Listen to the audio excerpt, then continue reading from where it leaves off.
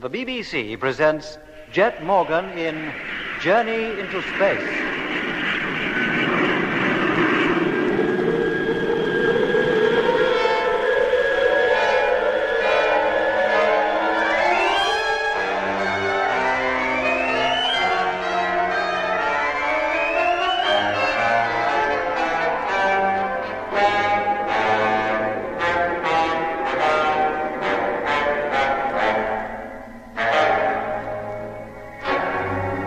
The landing on Mars had been accomplished.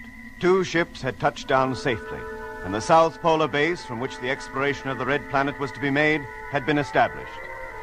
Jet, together with Mitch, Lemmy, and myself, had already reached the northern limits of the great ice cap when freighter number 2, coming down from free orbit with a second load of supplies, crashed some 60 miles north of where the land fleet was camped. Jet at once set out to find the ship. When it was reached, it was discovered that its crew was missing. Impressions in the soft, damp ground indicated that an as yet unidentified machine had visited the ship. I know what this is. It's the light. The light? Yes, or whatever was carrying the light. It must have come here to investigate the ship after it had crashed. Maybe it even caused it to crash. Hey? What else could it be? You mean some machine or other's been here, been messing around with our ship? Possibly. Then those footprints must have been made by somebody or something coming out of it. Exactly. And what about our crew? What's happened to our crew? Well, it's pretty certain that they, or their bodies if they were dead, have been taken from our ship and transferred into something else. But where have they been taken to? Who took them? That's what I intend to find out. That light, the last time we saw it, it was moving directly west from here. Yes, and pretty fast, too. Very well, gentlemen. The exploration route has been changed. From now on, we travel westwards. You mean you're going after that thing? Yes, Lemmy. We'll leave Frank to look over this ship and check up on the salvage possibilities. And what if we don't find anything? Then we'll come back and continue our journey towards the equator as originally planned. Now, wait a minute, We Jet. haven't time to wait even a second. Now, come on. Let's get back to the trucks, call up Frank, and get on our way. Yes, Jet. Well, how far have we come now? 25 miles. Yeah, except for the fact that number 2 is now behind us, you wouldn't know we'd moved at all. Did you ever see such a dull, monotonous landscape? If you got lost out here, you'd never find your way home. Look at the way the ground stretches on and on. Not a change in it. Clear from here to the horizon. Not quite, Lemmy. How do you mean? See there, just on the horizon, to the northwest, a pink tinge. Oh, yeah. Well, what's that, then? One of the bright patches, either the southernmost tip of the region called Noakis or the southeastern tip of Argeir. Go on. Are they marshy regions like this lot? I doubt it. Probably as dry as the Sahara. The ground here is damp because until a few weeks ago it was ice-covered. That ice has now become moisture. Except at night when it turns to ice again. Look, Jet Boy, I know it's none of my business, and I'm here to obey orders the same as the rest of us. Well, Lemmy? Do you honestly think there's any chance of us finding that ship or whatever it is? Very little, Lemmy. It'll probably find us first. Yeah, well, that's... Eh? Whatever kind of machine it is, it flies, and at a very high speed, too. It must do, to cover the distance it did when we saw its light moving across the plain last night.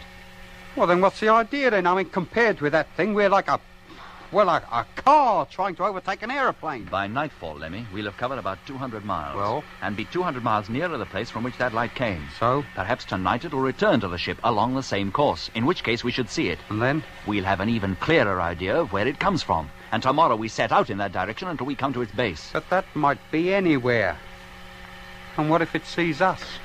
Lemmy, whatever it is, it took 4 of our men with it yesterday. We've got to try to get them back. Who knows what might be happening to them? And who knows what'll happen if that thing does see us and decides to come down and investigate us. I almost hope it does.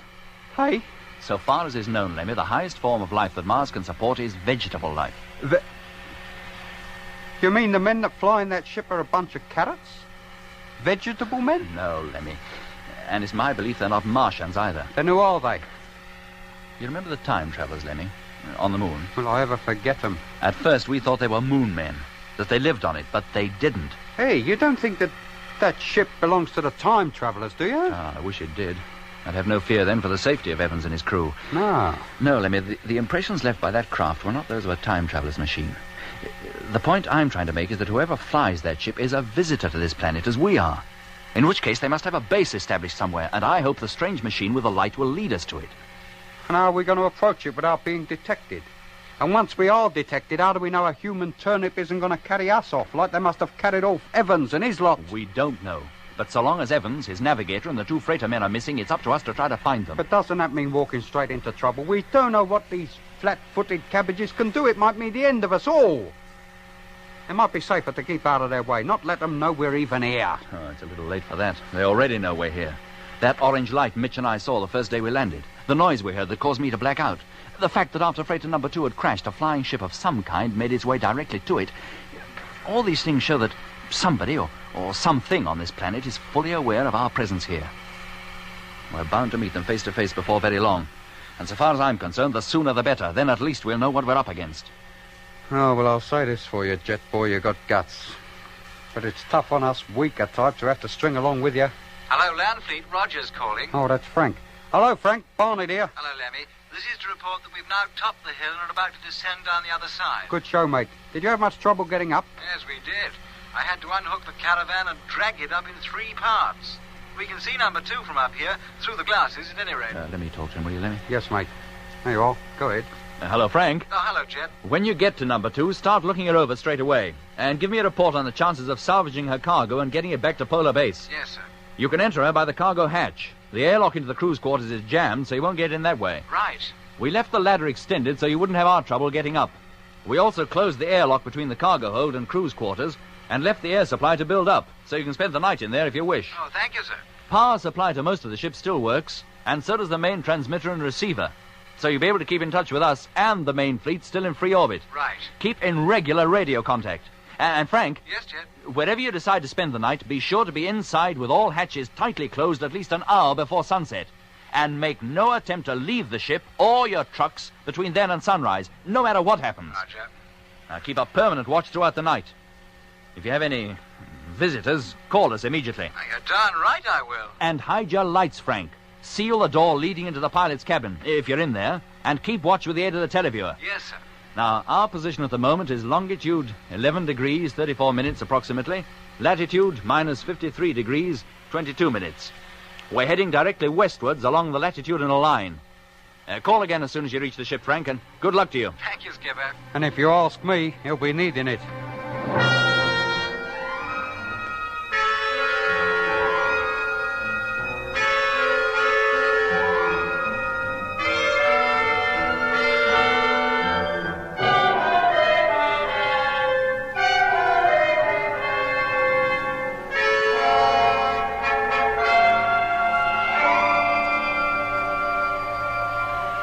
Hello, Jet. Yes, Mitch, Jet here. It's getting dark. How much longer before we stop? Oh, I was hoping to make the edge of the desert before we call it a day. You'll never do it, not before sunset anyway. Oh, all right, Mitch, I'll halt. Bring your train up alongside. Okay. Oh, well, there's that, I suppose, Lemmy. We stop here for the night. Oh, don't let it upset you, mate. We've done more than 200 miles. That's not bad going. Oh, I'd have liked to have made the desert before nightfall. The desert. And what have we been travelling across all day then? Hampstead Heath? Apparently the only difference between this desert and the pink one ahead is that one is damp and the other is dry. To have got at least as far as the edge of it would have made me feel some progress had been made. Towards what? We can't even be sure any more than that ship even came from that direction. He might have changed course long before he come this far. I doubt it, Lemmy. I feel sure that wherever he came from, it was somewhere either in the desert or the far side of it. And how wide is that desert? Always assuming we can cross it. Oh, 400 to 500 miles. Then it's not likely we'll even cross it tomorrow, is it? Now, why don't you stop worrying, Jet? We can't do more than we're doing already. I'll tell you what, boy, I'll go back into living quarters and make you a nice cup of tea. Oh, thanks, Lemmy. And while you're doing it, I'll call up Frank, see how he's getting on. And that's more like it, mate. Here, how about something to eat and all? Not a bite has passed your lips all day. Oh, lovely, Lemmy. Whatever you say. Hello, Jet. Doc calling. Hello, Doc. Look, if you care to get some sleep, I'll take over the watch. Oh, thanks, Doc, but my 2 hours is hardly up, is it? Oh, there's only a few minutes to go. How about it? Did you see anything? No, not a thing. But it's less than 4 hours since sunset. Uh-huh. There's still plenty of the night left for something to happen. It's as still and lonely as a tomb out there. Any word from Frank? He decided to spend the night in the ship, as I suggested. And he and Grimshaw have kept a constant watch, but have seen nothing either. Well, get some sleep, Jet. I'll give you a call if I see anything. When Mitch takes the watch, I'll get him to do the same. Okay, Doc, thank you. I'll move back into the sleeping quarters. I'll leave the radio on, and if you call, I'll hear you. And check with Frank every half hour, will you? Okay. Hello, Jet. Hello. Now, wake up, do you hear? It's arrived. Oh, hello, Mitch. What's that? The light, it's here. To the northwest of us and approaching fast. Thanks, Mitch. I'll get out of the driving cabin right away. Hey, Lemmy.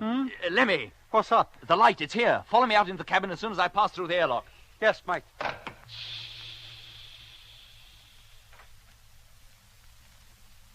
Hello, Mitch. I'm in the driving cabin now. Where's the light? Where is it? To the northwest, coming across the Argyre Desert. Almost directly towards us. Yes, I see it. How fast is it approaching? Well, it was only a pinpoint when I called you. Look at the size of it now. It must pass overhead almost any second. It is overhead. I couldn't have seen us. What if it did? It chose to ignore us. Where is it, Jet? Where is it? Just passed over our heads, Lemmy. Climb up to the Astrodome and you'll see it. If it stays on that course, it won't be going anywhere near freighter number 2. But it ain't staying on that course. Hey. Look at it. Sweeping round. It's either changing its line of flight or it's coming back. Take your head out that dome, Lemmy. Let me have a look. Yes, Jet. No, it's not coming back. It's definitely heading for the ship. Call up Frank, Lemmy. Warn him. Right. Hello, Frank. Lemmy here. Hello, Lemmy. Roger speaking. Look, we don't want to put the wind up, you chum, but that light we told you about, Well? it's just passed over us and it looks as if it's heading for number 2 again. Oh, it is. Yes, mate. You keep a lookout for it, and if you hear anybody knocking on the door, you pretend you're out. Oh, don't worry, Lemmy. We're sealed up tighter than sardines in a tin, and there's no way of opening the cargo hatch from outside. We've broken the remote control circuit. Good for you, mate. Did they see you? Oh, we don't see how they could have missed us. They passed right over us, but it didn't even hesitate. How high was it flying? Oh, we couldn't say for sure. About 10,000 feet, maybe. It's completely gone now. It must be traveling at a cracking pace. Apparently, Frank, it's passed out of sight now. In your direction. Okay, if it comes this way, I'll let you know the minute I sight it. Thanks, mate. And don't go doing nothing hasty.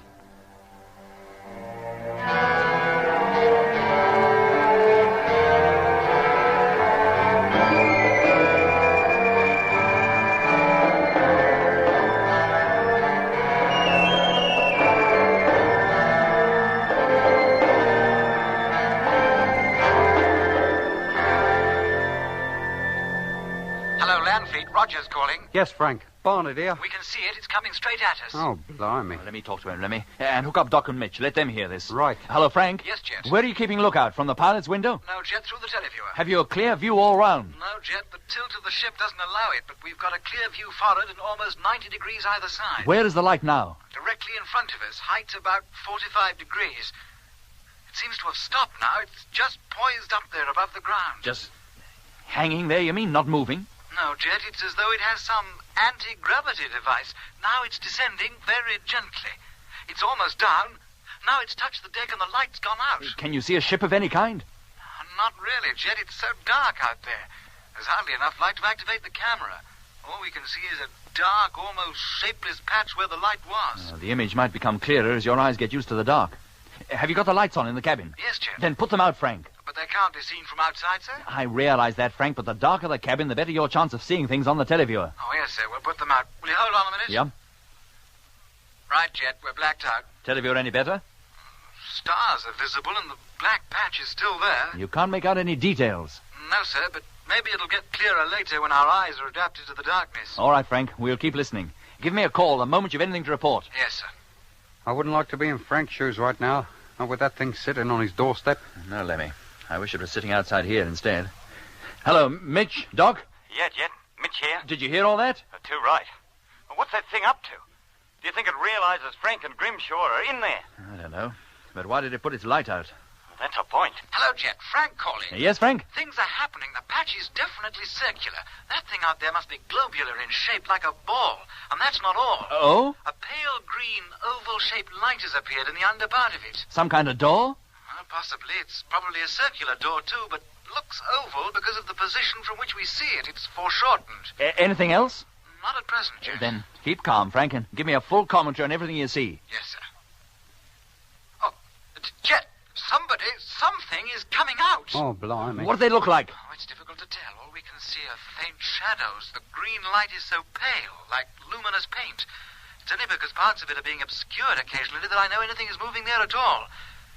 There's 1, 2, 3 shadows passed across it, apparently towards the ground. Listen, Frank. Yes, sir. They must be going to approach the ship. Almost certainly they're not aware that you're even in there. They probably expect to find the cargo flaps still down as they left them yesterday. Oh, then they're going to have a big surprise coming, aren't they, sir? Unless they've something like superhuman powers, they can't possibly get inside, so just sit tight and wait. Yes, Jet. So what else can he do? Oh, Frank, Where did you leave your land trucks? About half a mile away to the east. The globular craft is directly in front of us to the west. Well, let's hope they don't see them. What if they drive them off? Grimshaw and I'll be stranded here. Oh, what's that? What is it, Frank? There's a clicking coming from the control board. Sounds like relays of some kind. Are you working or breaking any of the circuits? No, Jet, neither of us have moved. We're just sitting here watching the screen. There it goes again. Can we put the control board lights on, Skipper, to see what's happening? Yes, Frank, if you must. All right, Bill, switch them on. That's it. They're on now. Well? It's the remote control relays from the cargo flaps. Somebody outside is pressing the switch. But they can't get in, can they? I hope not, sir. The switch won't open the doors, that's for certain. I broke the circuit. Oh, they've stopped now. I must have given it up. Oh, now what will they do? That remains to be seen. Poor old Frank. I bet right now he wishes he'd stayed at home. Or at least up in free orbit with the rest of the fleet. He must be scared stiff. If he is, he's not the one to show it. Hello, Jet. Yes, Frank? Look, sir, it's so dark outside, it's impossible for the televiewer to show a bright picture. Well?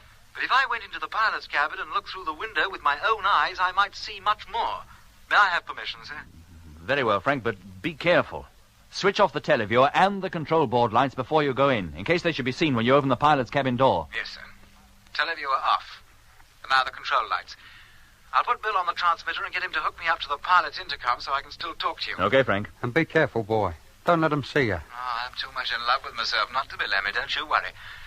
I'm about to enter the pilot's cabin. Okay, Bill, open her up. Contact! Well, let's hope them Martians or whatever they are don't hear that door opening. Well, if they do, they must have ears like a cat. Maybe cat's ears is just what they have got. I'm in the pilot's cabin now, Skipper. Can you see any better? Yes, a little. The green light is an opening into that sphere. How big is it? Can you tell? Oh, not without exactly knowing how far away she is. At a rough guess, I'd say between 20 and 30 feet in diameter. But I can't make out any details. It's too dark for that. Does the opening allow you to see inside the thing? Hardly, Jet. It's too low, and What is it? It's crew. I can just see them. Vague shapes. They just passed under the port wing and are heading back to the sphere. Frank, what do they look like? How big are they? Well, it's difficult to tell. They're all bunched up together, and their silhouettes seem to mingle. If only there was a little more light. Keep watching them, Frank. When they reach the door, they should show up clearly against it. Yes, I'll keep watching that. Well, they can't be too far from it now. And for goodness sake, don't let them see you. Hello, Skipper. Grimshaw calling. Yes, Bill? I've shaded the televiewer from the door. It couldn't possibly be seen through it now. Can I switch it on? Maybe with two of us watching that thing, we'll have a better Yeah, chance. switch it on. If they're heading for their ship, Jet, they haven't reached it yet. It must be a lot further away than I thought. Can you still see them? No, Skipper. They've been completely swallowed up by the darkness. Oh, wait a minute. They've reached it now. I can see them. They stand out as clearly as... One's about to climb back in. Oh, Frank! Frank, what's happened? It's all right, Skipper. The light. The big one. It came on again. I threw myself to the floor. Did they see you? I don't know. How about you, Bill? Can you see them? No, Skipper. The light's far too bright, shining straight into the camera. It's completely ruined the picture. Oh, blimey, now we'll never know what they look like. But I saw them, Skipper. For a split second, I saw them. What were they like, Frank? What did they look like? Are they vegetable men? No, Lemmy. Then how did they look? Like you and me, Jet. Just normal human beings.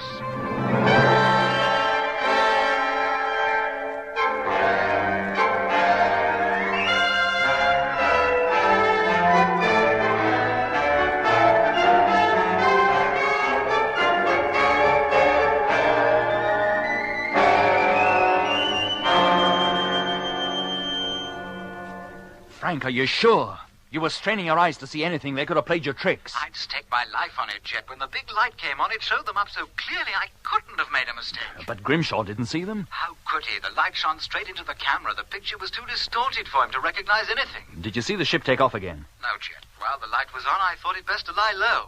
A couple of minutes later, she was gone. The last I saw of it was a diminishing light in the sky. It passed over us about 10 minutes later, heading northwest across the Argyre Desert, in the direction from which it came. Frank, Oh, yes, Doc? how were those men dressed? It's difficult to say exactly. I got the impression they wore one-piece suits, tight-fitting like our crew suits. Did they wear helmets? I hardly had time to notice. Well, they must have, Doc. How else could they breathe? And how did they keep warm out there in that bitter cold? Oh, I can't answer that one, Doc. All right, Frank, we've grilled you long enough. You better take it easy now. Get some sleep. I expect you need it. Well, it seems hardly worth it. Dawn will be breaking soon. I want to get some of the cargo out of this ship and transfer it up to base. No, Frank, get some rest first. You can start back with the first load this afternoon. What, and leave the ship unprotected? Well, you can't stay in there forever, Frank. Nobody can. We haven't the men to spare.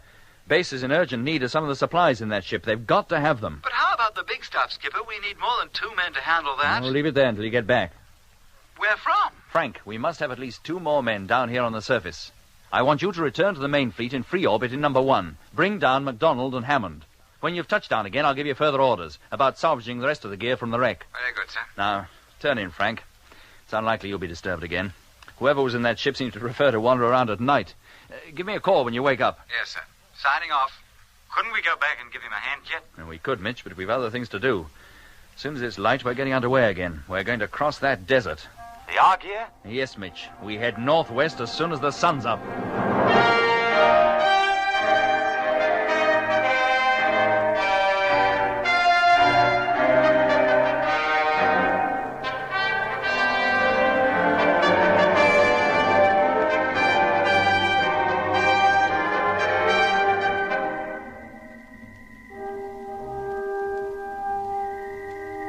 The first rays of the morning sun had hardly lightened the sky when our 2 caravans once more set out on their journey.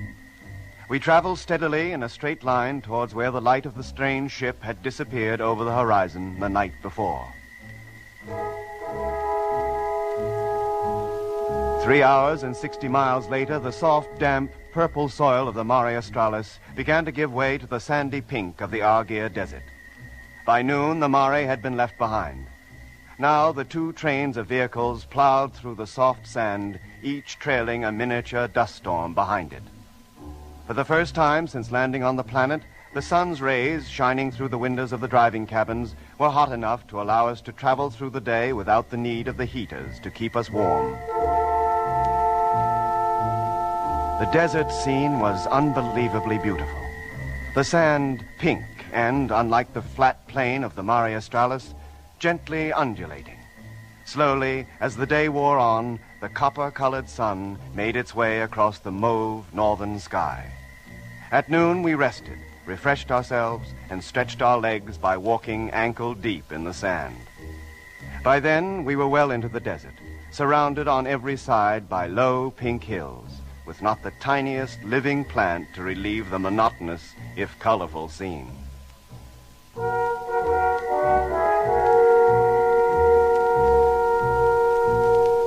In our first day across the great desert, we covered nearly 250 miles. Then, under canopy of the blackest sky, studded by the brightest of multicolored stars, we settled down to sleep. We kept a constant watch, but no sign of the mysterious ship was seen. Hello, Landfleet. Freighter number 1 calling. Hello, Frank. Mitch here. Sorry to disturb you. Well, that's all right, Frank. I wasn't asleep. My turn for watch. I'm up with the Space Fleet now. We made the journey up here without incident. Oh, wacko. When do you return to Polar Base again? Oh, in 24 hours or so, as soon as the ship's loaded. Well, don't leave anything behind, Frank. I doubt if we can spare any fuel for any other trips upstairs. Not until we leave here for good, anyway. I could just about make one more trip if we had to, Mitch. But we'll make it only if we have to. And bring her down safely, Frank. If your ship cracks up, there's only the Discovery left to get us off this planet. I will, Mitch. Don't worry. Well, that's all for now. I'll call you again when we're ready to make the descent. Right. Why, then I hope we've crossed this desert, and I won't be sorry.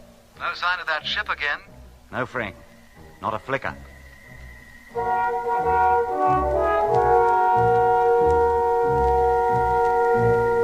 Next morning, we were off again, hoping to make the far side of the desert before nightfall. Jet didn't allow us to let up for a moment.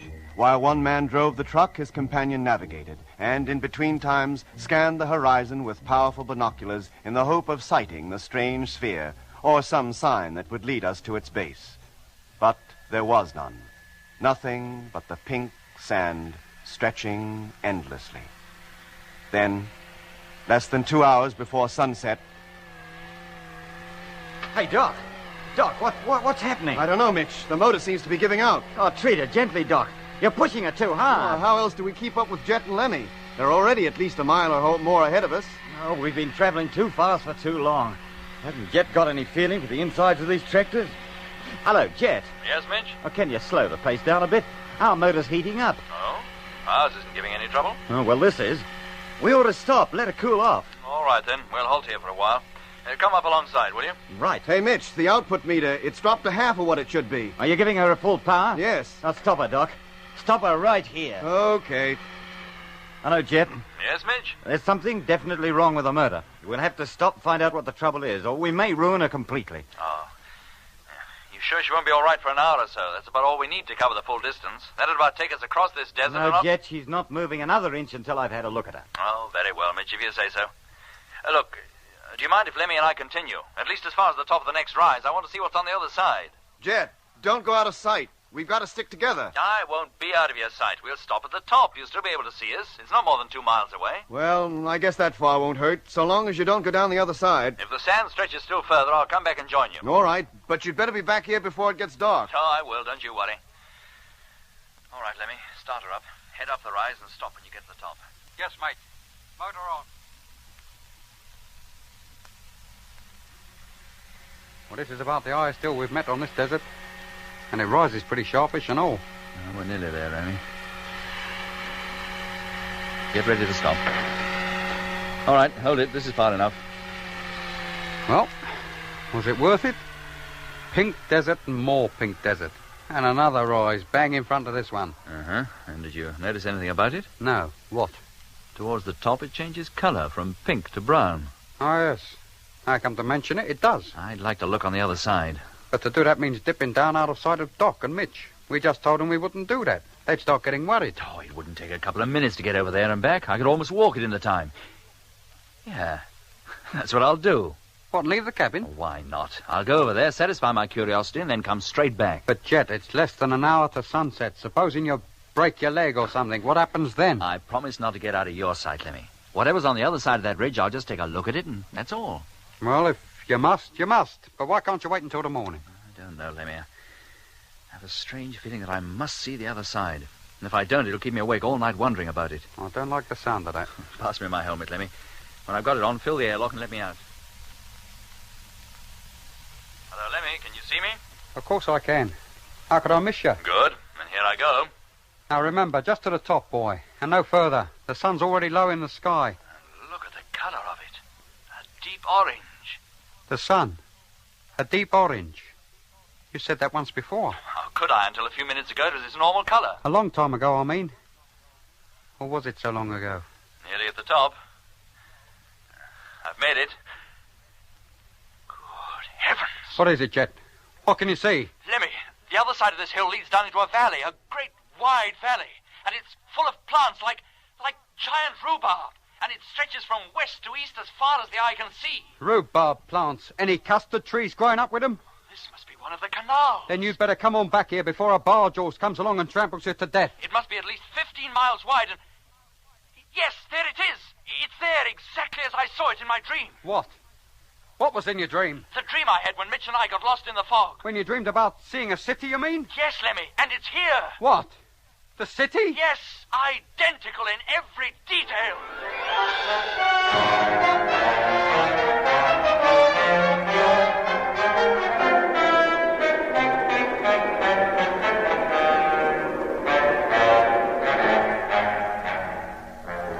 You've been listening to episode 12 of Journey into Space with Andrew Foulds as Jet Morgan, David Kossoff as Lemmy, Guy Kingsley Pointer as Doc, Bruce Beebe as Mitch, and David Jacobs as Frank. The orchestra was conducted by Van Phillips, who also composed the music.